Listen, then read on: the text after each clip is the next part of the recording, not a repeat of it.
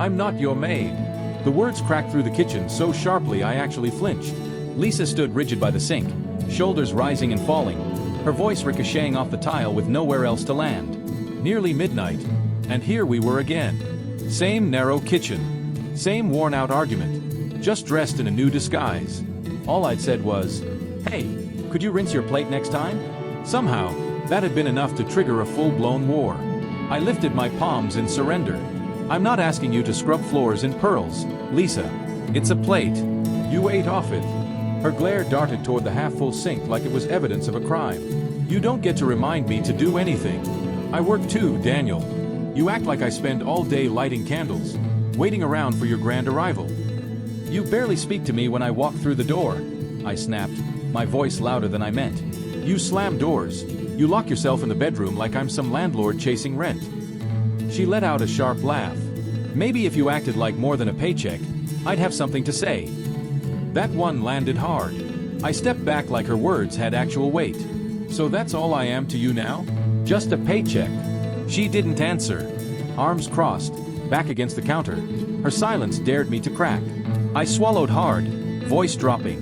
"You know what I miss? Not even the passion, not the spark. Just the simple decency.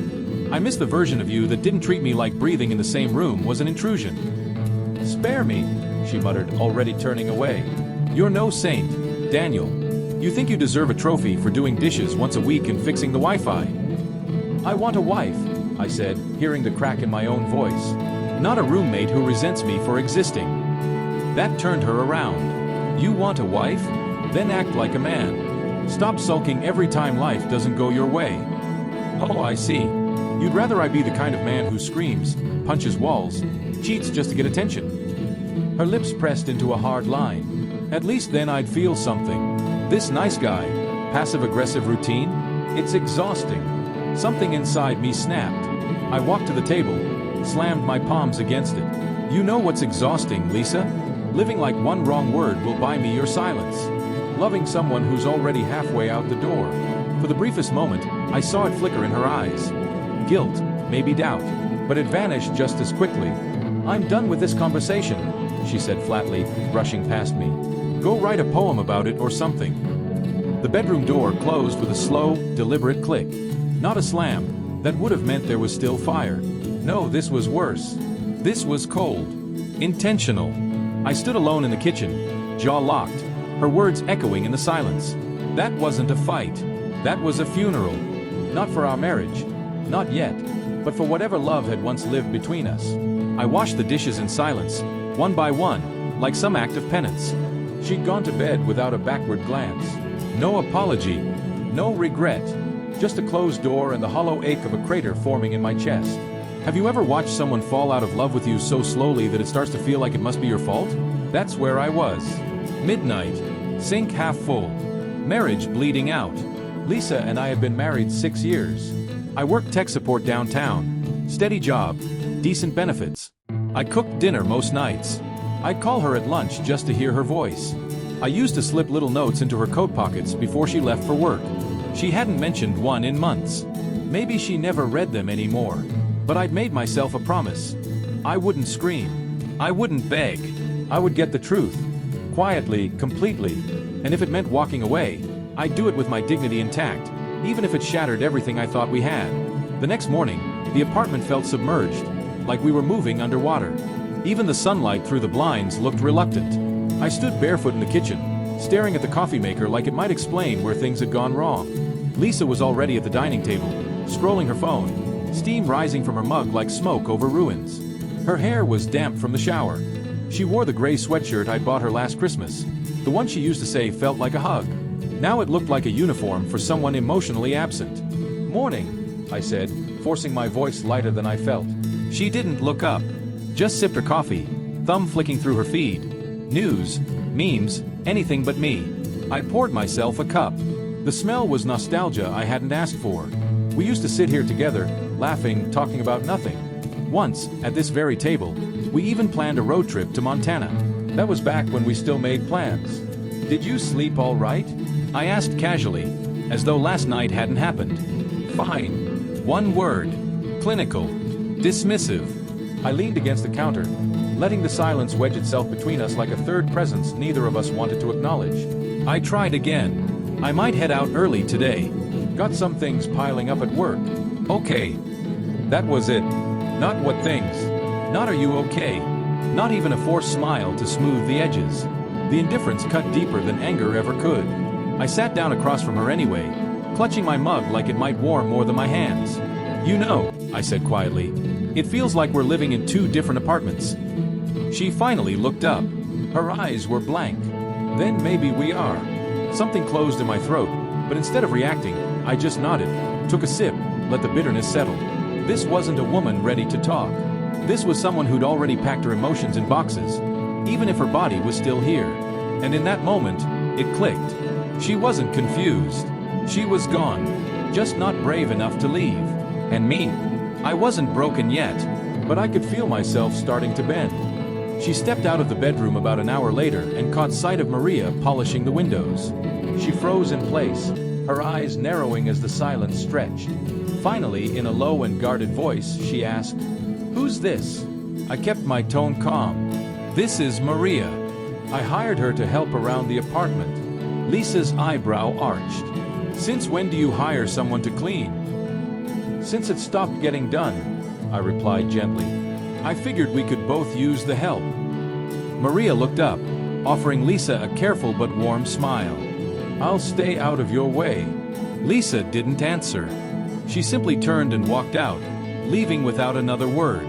Maria went back to her work, and for the first time in weeks, the apartment didn't feel like a battlefield.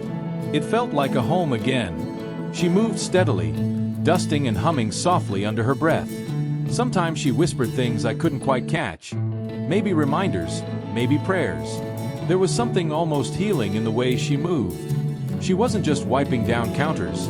She was changing the entire atmosphere. After a while, I brought us coffee. She hesitated when I handed her a mug. "You don't need to do that," she said.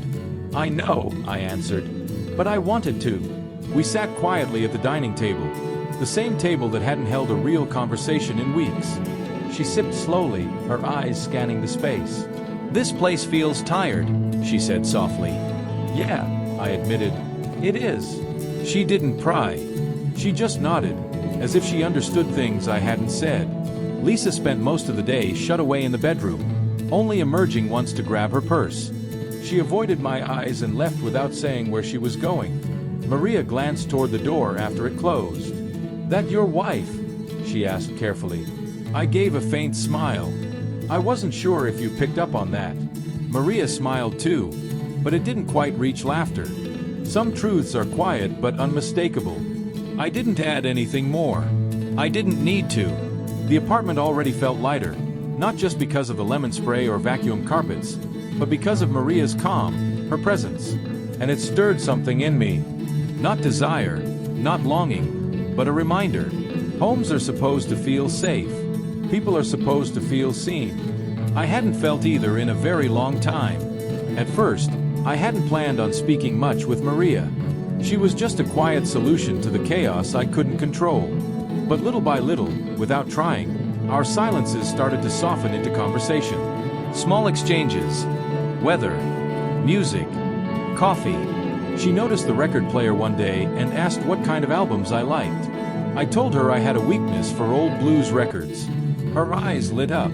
"That's music with bones in it," she said. I chuckled at the phrase. "Yeah, feels like there's still something alive in there." She smiled like she knew exactly what I meant. One afternoon, I came home early and found her humming while wiping down the fridge. The tune wasn't familiar, but the rhythm of it eased something inside me I hadn't realized needed easing. "Do you always sing when you clean?" I asked from the doorway. She looked up, a little sheepish. "Only when a place feels heavy." "And this place feels heavy?" She met my eyes. "Not anymore."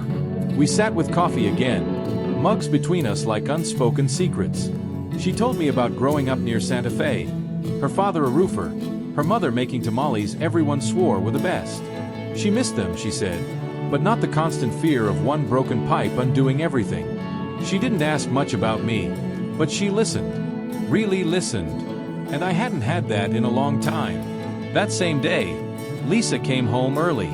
The door opened suddenly and she walked into the kitchen. She froze at the sight of us, me and Maria, not laughing, not flirting, just present, just connected. For the first time in months, Lisa looked rattled. "Didn't realize this was a lounge," she snapped, voice sharp but controlled. Maria stood quickly, respectful. "I was just leaving." "No need to rush," I said, but she was already setting her mug in the sink. Lisa folded her arms, glaring at me. "Getting cozy with the help, huh?" I stood, meeting her eyes. "She's been more of a presence here than you have lately." Lisa scoffed. "Wow, that didn't take long." Maria slipped past us quietly. "Thanks for the coffee," she whispered, not wanting to add to the damage. And then she was gone. Lisa turned to me, eyes narrowing. "Trying to prove a point?" "No," I said evenly. "Just trying to remember what a conversation feels like."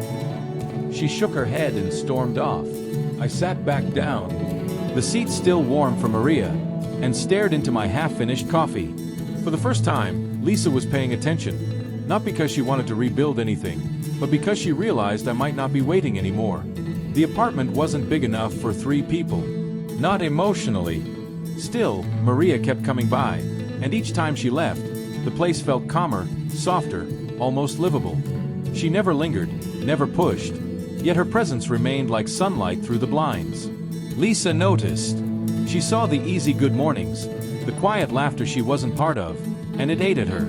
One evening, I came home to find Lisa slamming cabinets in the kitchen. "Did you hire a maid or a replacement wife?" she snapped. I set my bag down. "Maria helps with the apartment. That's all." "That's all," she spat. "She's drinking coffee at my table, talking to my husband like it's normal." I kept my voice steady. "It is normal. Talking, sharing, something we used to do." Lisa let out a bitter laugh. "You think this is about coffee? Pathetic." Her words cut, but I fired back. Better coffee than being ignored by the woman I married.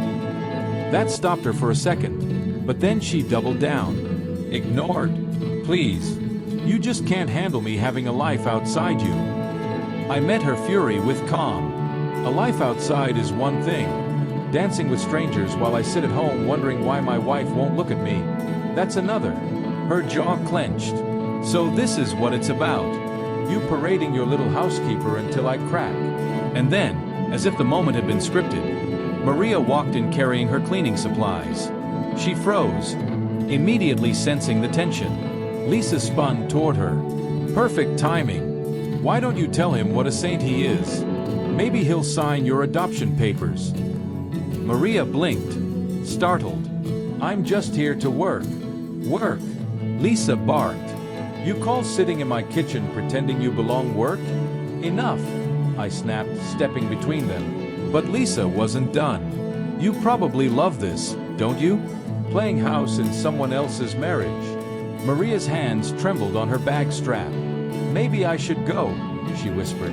And then she slipped out quietly, leaving behind only the echo of her absence. The silence after was crushing. Lisa stood there like she'd won something, but all I felt was hollow. It hit me then. Lisa didn't care about me. She cared about control. The next morning, the house was unnaturally quiet. Lisa sat at the table scrolling her phone, pretending to read. I finally spoke. "I'm not angry." She looked up sharply. "About Maria?" "I'm not angry," I repeated. "I'm disappointed." She set her phone down. She crossed the line. "No, Lisa," I said. "You did." Her eyes narrowed. "Here we go. The victim speech." I ignored the bait. "I know about Juniper. The club. The men. The hands that weren't mine." She stiffened, barely, but I caught it. "Don't tell me it didn't mean anything. Because hiding it means it did." She scoffed. "Going to throw our marriage away over rumors?" I smiled faintly. "That's the difference between us. I'm not throwing anything. You've been dismantling this piece by piece for months." She folded her arms. "And now what? You think you're some kind of martyr? Because you let the maid play therapist?" My voice dropped lower than hers. No. Because I finally woke up. I begged for your attention without words. I tried to stay human in a house that got colder by the week. And when I finally found a little calm with someone who wasn't tearing me down, you didn't just get jealous. You got cruel. Lisa flinched. So now what? You're leaving me for her. I laughed bitterly. You still think this is about another woman? This is about you and me, or what's left of that. She lowered her eyes. I didn't mean to hurt you. I just needed to feel wanted again. My voice cracked, and I needed to feel respected. But unlike you, I didn't go searching for it on a dance floor. The silence that followed was heavy but sad. I stood and pushed my chair back. I'm not staying out of guilt. I'm not begging for love. I'm not playing chess with your silence anymore. I'll give you the dignity to walk out first. Or I will. She stared for a long time, then finally stood. No words, just the sound of her jacket and the click of the door. This time, she carried nothing out with her. And for the first time in months, the apartment was quiet. Not cold. Quiet. 2 days passed. No calls, no texts, no Lisa. And I didn't chase her. It wasn't relief I felt. It was space. No more eggshells. No more wondering how the night would end. Just stillness. Maria came by that Wednesday. She stepped inside like she could feel the difference immediately. She's gone, she asked softly. I nodded.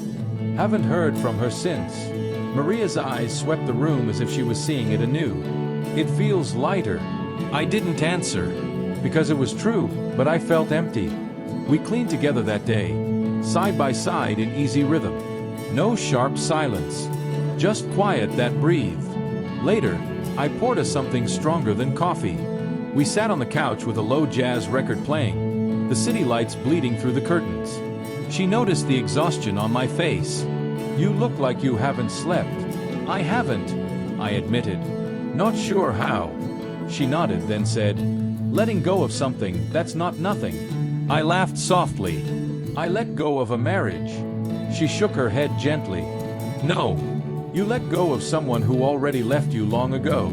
Her words hit deep, and for the first time, I let my defenses drop. I leaned in, and she didn't pull away. The kiss was slow, sad, careful. Two people trying not to break anything more. It didn't last long. When it ended, we stayed close. Are you okay? She asked quietly. I shook my head. No, she didn't smile. Because she knew this wasn't romance or rescue. Just comfort in collapse. And I knew, even then, it wouldn't fix me. The divorce was quiet. Just papers, signatures, and tired lawyers. Lisa in her gray armor, untouchable. We didn't argue, didn't speak. It ended as quietly as it began. Outside the courthouse, she glanced at me once. I hope you find what you're looking for. I nodded. I already did. And that was it. Two strangers parting ways. That night, Maria texted, just checking in. Hope you're okay. I stared at it for a long time, then typed one word, peace. Hours later, she replied, would you meet me? One coffee. Just to say goodbye, right? We met at a quiet cafe near the park. She was already there, hands wrapped around her tea. She smiled, but it didn't touch her eyes. I cared about you, she said. I still do. But what we had came from pain, not promise. I nodded. She continued, you didn't use me, but you weren't ready either. We both know that. Her voice cracked slightly, eyes shining with tears she tried to hold back. I reached across the table, brushed her hand gently. I'm grateful for you. Truly. A tear slipped free. And I'm proud of you, she whispered. We hugged briefly when we left. No lingering, no looking back. I drove home in silence. When I arrived, I opened the window for the first time in weeks. Let the breeze move through the rooms. I sat at the dining table. No phone, no noise. For the first time, I wasn't waiting for anyone to walk in or out. I wasn't holding my breath. I wasn't broken. I was alone. But I was free.